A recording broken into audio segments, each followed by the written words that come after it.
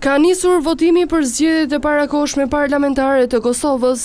Prej orës 7 të mëngjesit, sipas kohës lokale në përfaqësitë ndryshme diplomatike, diaspora i është drejtuar qendrave të votimit për të zgjedhur kryeministrin dhe qeverinë e vendit për 4 vitet e ardhshme.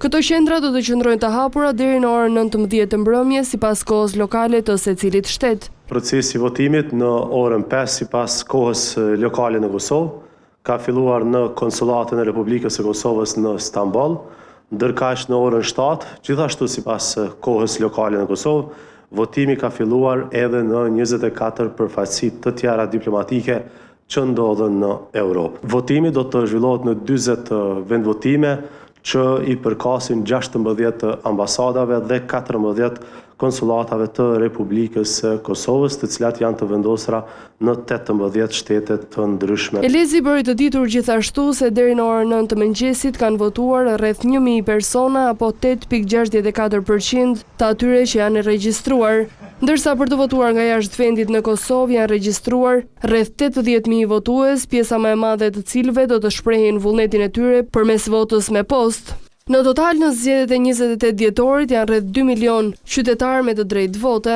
Zgjedhjet e parakohshme të së dielës janë të katërtat që mbahen brenda të vitit në Kosovë, pas atyre parlamentare të 9 shkurtit dhe zgjedhjeve lokale me 2 raunde. Në garë janë gjithsej 24 subjekte, përfshirë koalicione, parti politike dhe kandidatë të pavarur. Gara kryesore zhvillohet mes partive të mëdha shqiptare me lëvizjen vetvendosje që doli e para në zgjedhjet e kaluara, por pa shumicë të qartë për të formuar qeverinë, Partinë Demokratike të Kosovës që doli e dyta dhe Lidhjen Demokratike që u rendit e treta. Sa i takon komunave me shumicë serbe, forca politike dominuese është Lista Srpska që gëzon mbështetjen e Beogradit zyrtar.